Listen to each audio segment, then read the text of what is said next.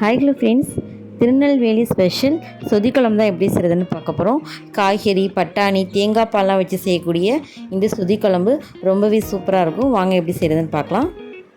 சொதிக்குழம்பு இன்றைக்கி தான் குக்கரில் தான் செய்ய போகிறேன். குக்கர் நல்லா ஹீட் பண்ணிக்கிட்டு தேவையான அளவுக்கு ஆயில் சேர்த்துக்கலாம். ஒரு 2-3 டேபிள் ஸ்பூன் அளவுக்கு ஆயில் சேர்த்துக்கிறேன். ஆயில் நல்லா ஹீட் ஆனதுக்கப்புறமா கடுகு, உளுத்தம்பருப்பு, ஜீரகம் மூணுத்தையுமே கொஞ்சம் கொஞ்சமாக சேர்த்துட்டு நல்லா தாளித்து விட்டுக்கலாம். கடுகு, உளுத்தம்பருப்பு, ஜீரகம் நல்லா புரிஞ்சு வந்ததுக்கப்புறமா எல்லா காய்கறியும் இதே போல் சம அளவில் கட் பண்ணி எடுத்து வச்சுருக்கேன். இது 1 by 1 சேர்த்துக்கலாம். என்னென்ன காய்கறி இருக்குதுன்னு பார்த்தீங்கன்னா, கைப்பிடி அளவுக்கு சின்ன வெங்காயம், தக்காளி, கருவேப்பிலை, கொஞ்சமாக கருவேப்பிலை சேர்த்துக்கிறேன். 4 பச்சை மிளகாய் சேர்த்துக்கிறேன் காரத்துக்கு ஏற்ற மாதிரி.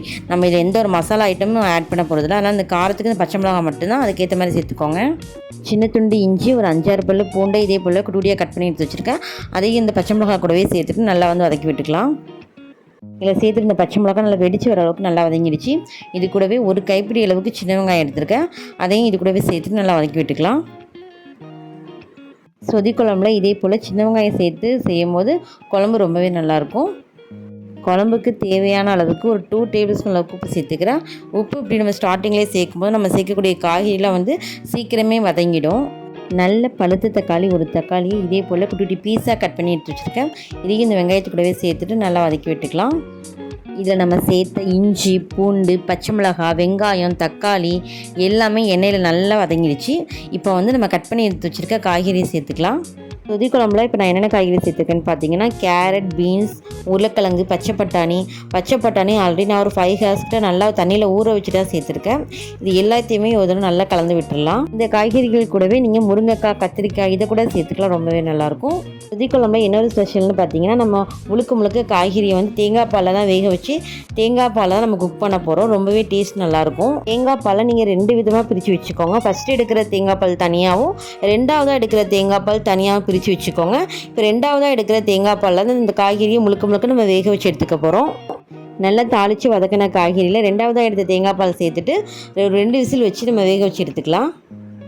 இதே போல் 2 விசில் வச்சு எடுத்துக்கிட்டேன். எல்லா காய்கறியுமே நல்லா குக் ஆகிடுச்சு. நெக்ஸ்ட் டே பார்த்தீங்கன்னா, ஒரு 100 பாசிப்பருப்பை 3 விசில் வச்சு நல்லா வேக வச்சு நல்லா மசிச்சு எடுத்து வச்சுருக்கேன். இதை வேக வச்சு காய்கறியோடு சேர்த்துட்டு நல்லா கலந்து விட்டுடலாம்.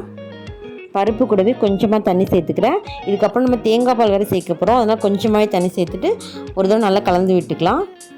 கொஞ்சமாக மல்லித்தலை தூவி மிக்ஸ் பண்ணி விட்டுக்கிறேன். எந்த ஒரு குழம்புலையும் மல்லித்தலை தூவினா டேஸ்ட்டு, ஃப்ளேவர் ரொம்பவே சூப்பராக இருக்கும். டேஸ்ட் ரொம்பவே நல்லாயிருக்கும். ஃபைனலாக நம்ம ஃபஸ்ட்டு எடுத்த தேங்காய் பாலை கடைசியாக சேர்த்துட்டு ஒரு கொதி வந்ததுக்கப்புறம் ஸ்டவ் ஆஃப் பண்ணிட வேண்டியது தான். ரொம்பவே சூப்பரான திருநெல்வேலி ஸ்பெஷல் சொதிக்குழம்பு நம்ம வீட்டிலே ரெடி பண்ணிட்டோம். முழுக்க தேங்காய் பால் காய்கறி வச்சு செய்யக்கூடிய இந்த சொதிக்குழம்பை நீங்களும் உங்கள் வீட்டு ட்ரை பண்ணி பாருங்கள். நம்ம எப்போதுமே ஒரே மாதிரி குழம்பு பண்ணாமல் இதே போல் டிஃப்ரெண்ட்டாக நம்ம செஞ்சு சாப்பிடுவோம். ரொம்பவே டேஸ்ட்டாக இருக்கும். இந்த திருநெல்வேலி ஸ்பெஷல் சொதிக்குழம்பு இட்லி, தோசை, பூரி, சப்பாத்தி, ஈவன் ரைஸ் கூட சூப்பர் காம்பினேஷனாக இருக்கும். தேங்க்ஸ் ஃபார் வாட்சிங்.